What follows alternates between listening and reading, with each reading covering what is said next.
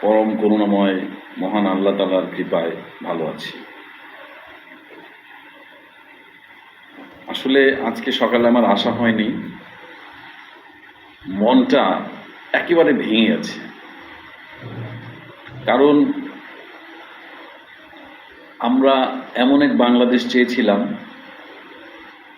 যে বাংলাদেশ হবে শোষণমুক্ত, যে বাংলাদেশ হবে প্রজাতন্ত্রের, যে বাংলাদেশ হবে সাধারণ মানুষের,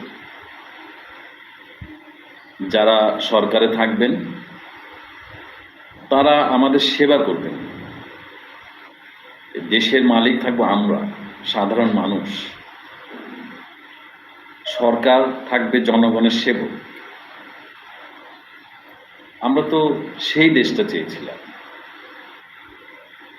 বারবার আমাদের কাছ থেকে আমাদের সাথে ধোঁকাবাজি হচ্ছে।